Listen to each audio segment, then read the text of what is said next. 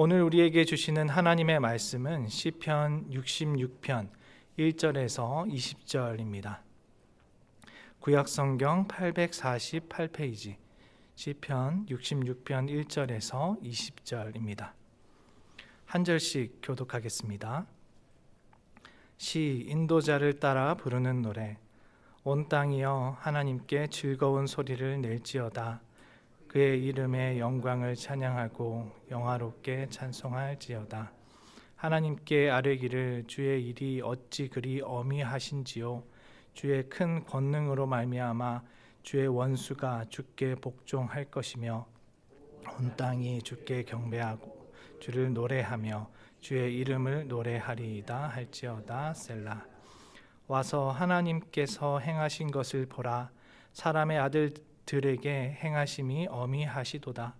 하나님이 바다를 변하여 육지가 되게 하셨으므로 무리가 걸어서 강을 건너고 우리가 거기서 주를 말미암아 기뻐하였도다.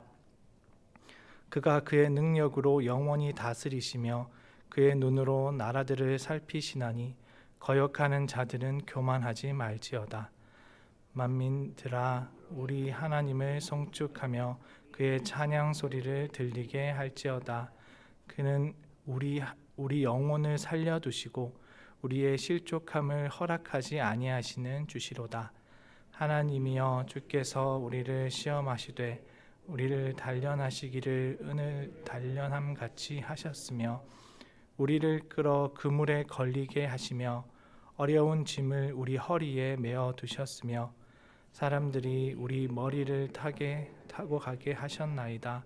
우리가 불과 물을 통과하였더니 주께서 우리를 끌어내사 풍부한 곳에 들이셨나이다. 내가 번제물을 가지고 주의 집에 들어가서 나의 서원을 주께 갚으리니 이는 내 입술이 낸 것이요 내 환난 때에 내 입이 말한 것이니이다. 내가 숫 양의 향기와 함께 살진 것으로 주께 번제를 드리며 수소와 염소를 드리리이다. 셀라. 하나님을 두려워하는 너희들아 다 와서 들으라. 하나님이 나의 영혼을 위하여 행하신 일을 내가 선포하리로다. 내가 나의 입으로 그에게 부르짖으며 나의 혀로 높이 찬송하였도다. 내가 나의 마음에 죄악을 품었더라면 주께서 듣지 아니하시리라. 그러나 하나님이 실로 들으셨으며 내 기도 소리에 귀를 기울이셨도다. 하나님을 찬송하리로다. 그가 내 기도를 물리치지 아니하시고 그의 인자하심을 내게서 거두지도 아니하셨도다. 아멘.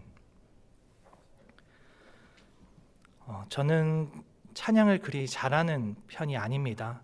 스스로 생각해도 음악적 재능이 부족한 것 같습니다. 노래가 시작되는 첫 박자를 놓치거나 첫 음을 틀리기도 하고 박자와 음정을 정확히 못 맞추는 때가 많기 때문입니다. 레슨을 받아보고 유튜브 강의를 보며 연습을 해보았지만 큰 성장이 없었던 것을 보면 더 그렇게 느낍니다. 그래서 저는 찬양을 부르는 것보다 듣는 것을 더 좋아합니다. 남들 앞에서 노래하는 것보다 여러 사람들과 함께 부르는 것을 더 편안해합니다. 그래서 저는 찬양을 잘 부르는 사람들을 보면 부럽습니다. 아마 저와 비슷한 심정을 가지신 분이 이곳에 계실지 모르겠습니다. 물론 그럼에도 찬양해야 함을 압니다. 입술로 하는 찬양이 전부가 아님을 압니다. 오늘 말씀은 그 찬양에 대한 이야기입니다. 1절에서 2절입니다. 온 땅이여 하나님께 즐거운 소리를 낼지어다. 그의 이름의 영광을 찬양하고 영화롭게 찬송할지어다. 이것은 명령입니다. 온 땅은 하나님께 즐거운 소리를 내야 하고 그의 이름의 영광을 찬양하고 영화롭게 찬양해야 합니다. 찬양은 하나님의 이름을 영광스럽게 하는 것입니다.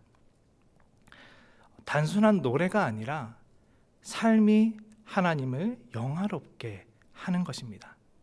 바로 이것이야말로 우리가 이 땅에 존재하는 궁극적인 목적입니다. 찬양하는 것은 우리의 본분이며 하나님께서 우리에게 맡기신 거룩한 사명입니다. 오늘 성경은 이렇게 찬양은 선택의 문제가 아니라고 합니다. 여기서 보면은 찬양해야 한다라는 표현이 반복되어 나옵니다. 이 시편은 셀라라는 단어를 중심으로 단락이 구분되어지는데 1절부터 4절까지가 첫 번째 단락입니다. 흐름을 보면 찬양하라라는 말씀이 처음과 마지막에 등장합니다. 곧 찬양으로 시작하여 찬양으로 끝을 맺고 있는 겁니다. 이것은 수미 쌍관 구조로 모든 만물이 찬양해야 함을 강조하는 것입니다. 온 땅은 하나님을 찬양해야 합니다. 그러나 실제 그렇지 못하다라는 것을 말하는 것이기도 합니다. 3절에서 4절입니다. 하나님께 아뢰기를 주의 일이 어찌 그리 어미하신지요. 주의 큰 권능으로 말미암아 주의 원수가 주께 복종할 것이며 온 땅이 주께 경배하고 주를 노래하며 주의 이름을 노래하리이다 할지어다 셀라. 어쩌면 누군가는 이렇게 말할지도 모릅니다. 나는 찬양할 이유가 없다. 삶이 이렇게 어렵고 힘들기만 한데 어떻게 찬양을 할 수 있단 말인가? 그런데 그렇게 삶에 치여 찬양을 잃어버리고 그저 주일 예배에만 와서 찬양을 하는 지경에 이르긴 사람도 있습니다. 하지만 오늘 말씀은 이에 대해 이렇게 답합니다. 우리의 어미하신 주의 일로 찬양해야 한다. 하나님은 능력으로 원수를 복종시키시며 온 땅이 주께 경배하고 찬양할 것이다. 어미하다라는 히브리어는 야라인데 두렵다, 경외하다, 놀라다라는 뜻입니다. 하나님을 한다 할 때에도 이 단어를 사용합니다. 다시 말해 하나님이 행하신 일은 하나님을 경외하게 만든다는 뜻입니다. 하나님의 행하심으로 나타난 영광 앞에 온 세상은 경이로움으로 압도될 것입니다. 그리고 셀라로 이 첫 번째 단락이 끝이 납니다. 5절입니다. 와서 하나님께서 행하신 것을 보라. 사람의 아들들에게 행하심이 어미하시도다. 와서 보라는 이중 명령입니다. 단순한 제안이 아니라 적극적인 참여를 요청하는 표현이자 부름입니다. 빌립은 예수님을 만난 후 나다나엘을 찾아가 예수가 구약에서 예언되었던 메시아라고 전했습니다. 이에 나다나엘은 나사렛에서 무슨 선한 것이 날 수 있느냐고 의문을 제기했습니다. 그러자 빌립이 이렇게 말했습니다. 와서 보라.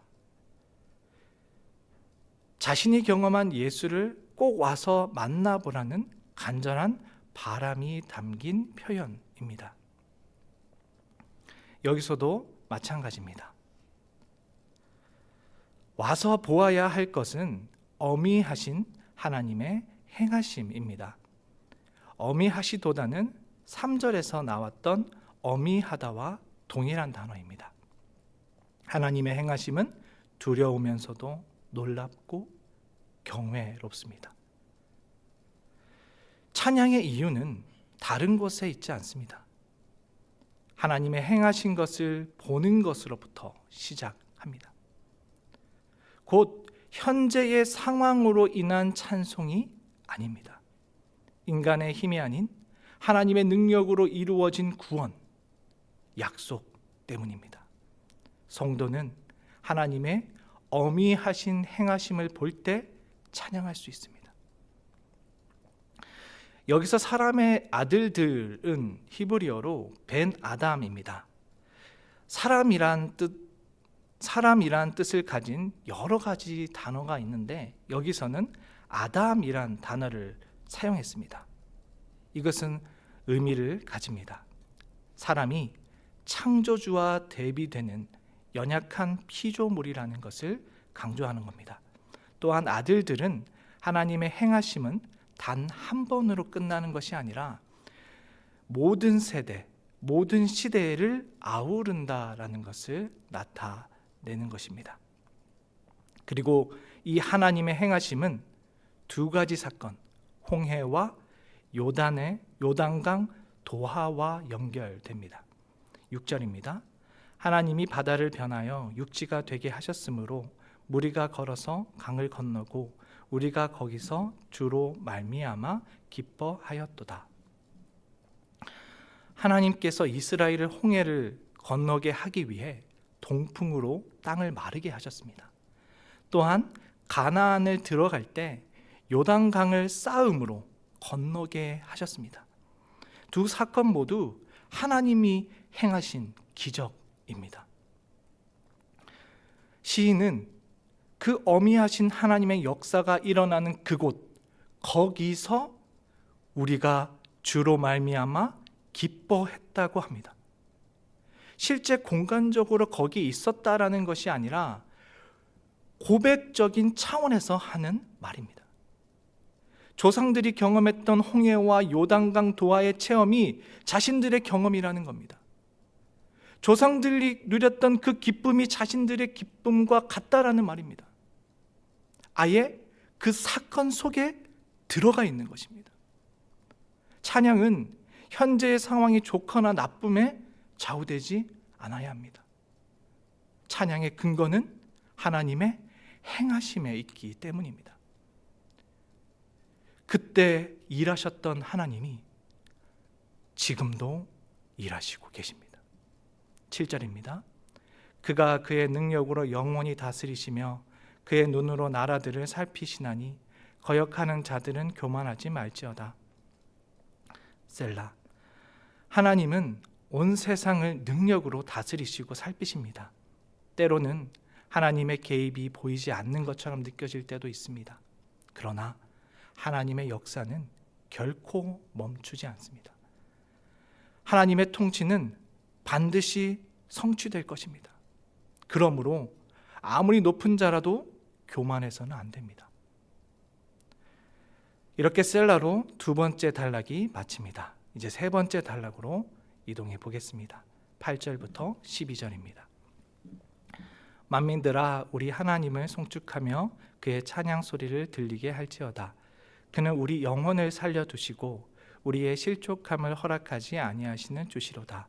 하나님이여 주께서 우리를 시험하시되 우리를 단련하시기를 은을 단련함 같이 하셨으며 우리를 끌어 그물에 걸리게 하시며 어려운 짐을 우리 허리에 메어 두셨으며 사람들이 우리 머리를 타고 가게 하셨나이다.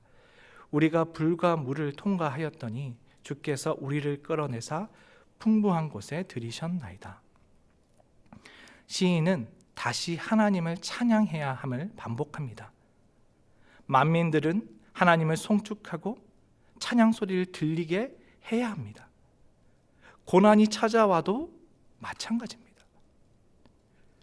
그렇게 할 수 있는 이유는 하나님께서 우리 영혼을 살려두시고 실족함을 허락하지 않으시기 때문입니다.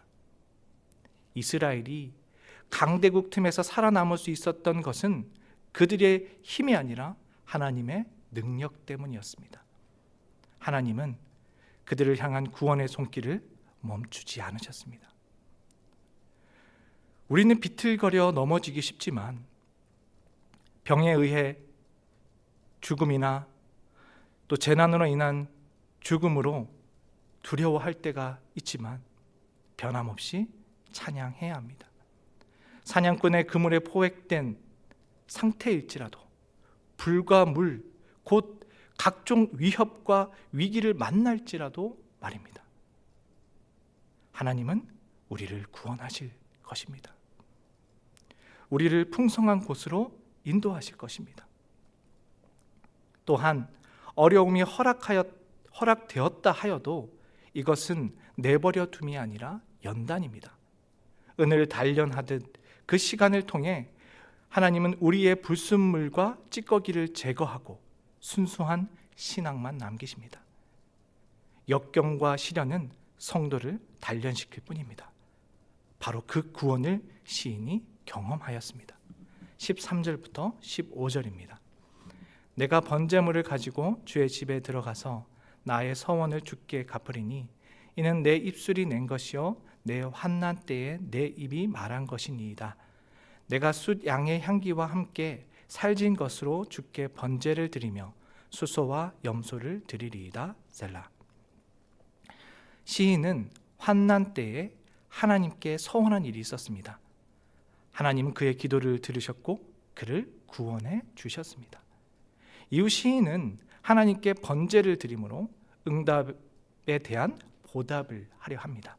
살찐 제물, 가장 좋은 제물을 지나치다 싶을 만큼 많이 바칩니다.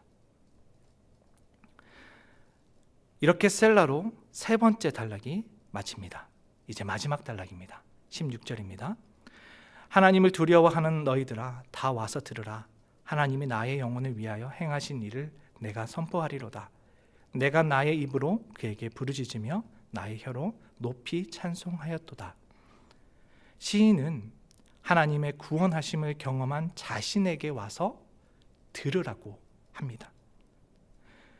5절에서 시인은 하나님의 행하심을 와서 보라고 했습니다. 앞에서는 시각에 대한 호소를 했다면 여기서는 청각에 호소합니다. 그는 하나님만 바라보고 부르짖었습니다. 그리고 하나님의 구원을 경험했습니다. 그 은혜를 하나님을 두려워하는 모두가 누리기를 원했습니다. 그래서 자신에게 와서 들으라고 합니다. 18절부터 19절입니다. 내가 나의 마음에 죄악을 품었더라면 주께서 듣지 아니하시리라. 그러나 하나님이 실로 들으셨으며 내 기도 소리에 귀를 기울이셨도다. 하나님을 찬양하고 기도하여도 죄악을 품으면 무의미합니다. 그가 듣지 않으시기 때문입니다. 만약 하나님의 응답이 없으면 정욕과 교만, 야망과 허영으로 우리가 구하고 있는 것은 아닌지 돌아봐야 합니다. 시인은 하나님께서 자신의 기도를 들으신 것은 자신의 정결함 때문이라고 말합니다. 20절입니다. 하나님을 찬송하리로다. 그가 내 기도를 물리치지 아니하시고 그의 인자하심을 내게서 거두지도 아니하셨도다. 시인은 자신이 하나님을 찬양하게 된 두 가지 이유를 제시합니다. 하나님께서 자신의 기도를 물리치지 아니하셨고 인자하심을 거두지 않으셨습니다. 자신의 부족함에도 하나님은 용납하셨고 기도를 받아들여 주셨습니다. 그것이 바로 시인으로 하여금 하나님을 바라보게 하였습니다. 그리고 앞으로도 그는 변함없이 하나님을 찬양할 것입니다. 어려움이 있더라도 말입니다. 그리고 이 시를 부르는 모든 자들이 자기의 인생을 보고 듣고 그 하나님을 직접 경험하기를 바랍니다. 고난과 역경, 힘듦과 어려움은 우리로 찬양하는 것을 머뭇거리게 만듭니다. 현실은 결코 호락호락하지 않습니다. 녹록하지 않습니다. 죽겠다라는 말이 먼저 나옵니다. 그 속에서 찬양한다라는 것은 결코 쉬운 일이 아닙니다. 어쩌면 누군가는 찬양할 만한 상황이 아니라고, 찬양할 이유가 없다고 말할 것입니다. 하지만 그럼에도 불구하고 우리는 찬양해야 합니다. 성경은 우리에게 찬양할 이유가 차고도 넘친다라고 말합니다. 말씀을 읽으면 읽을수록, 그 말씀이 우리의 심기면 심길수록 우리는 하나님과 가까워지고 하나님의 나라와 하나님의 행하심을 느끼게 됩니다. 우리가 죄악을 품지 않는다면 하나님은 우리를 끝내 찬양하는 자로 만드실 것입니다. 조금 부족하여도 인자로 우리를 감싸고 우리의 부르짖는 기도를 들으시고 응답하실 것입니다. 그리고 하나님은 선하고 풍성한 곳으로 인도하실 겁니다. 어디까지나 우리가 하나님 앞에 신실하게 살아간다면 말입니다.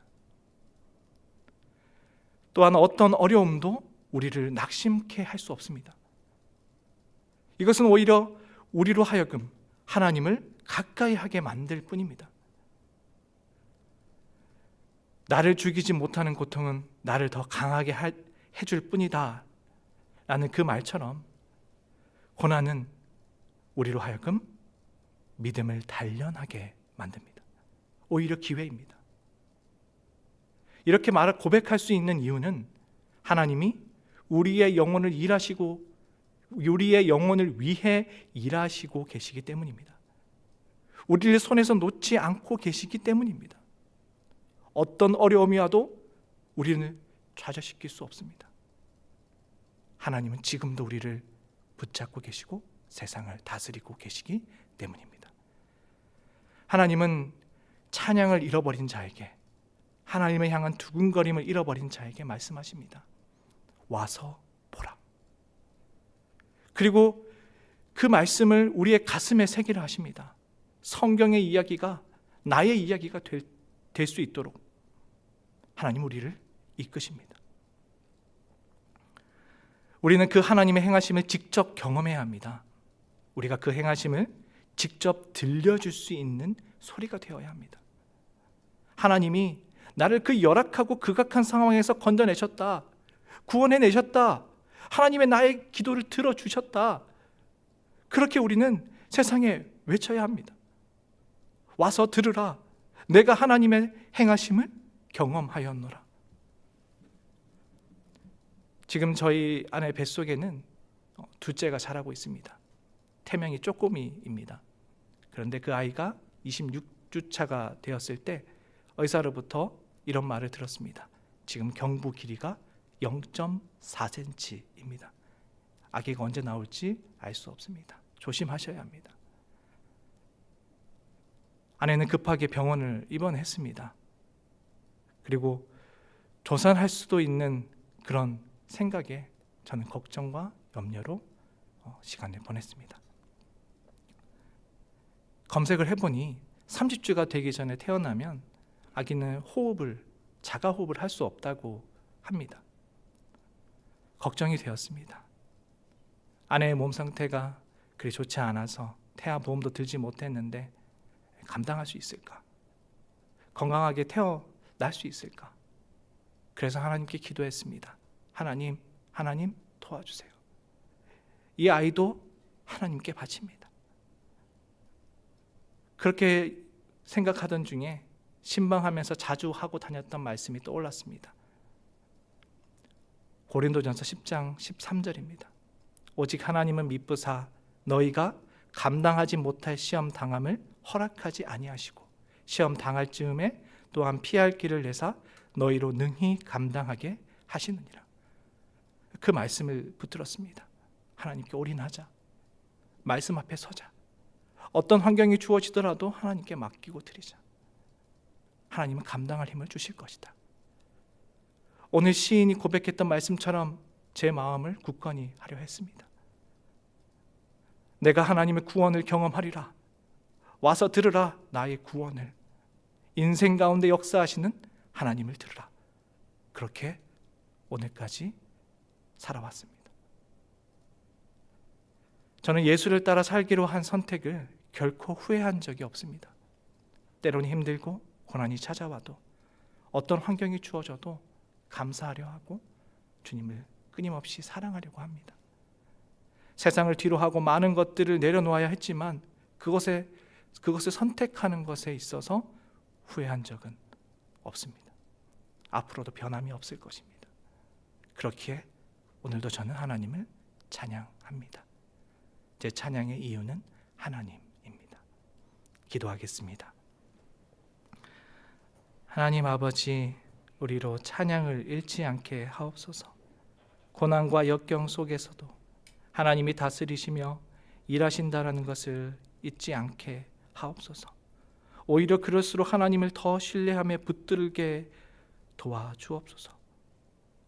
우리의 막힌 담을 오시고 우리를 새 사람으로 지어주신 그 은혜에 붙잡힌 바 되어 온전히 이 세상 속에서 찬양의 삶을 살아가게 하여 주옵소서. 예수님의 이름으로 기도드립니다.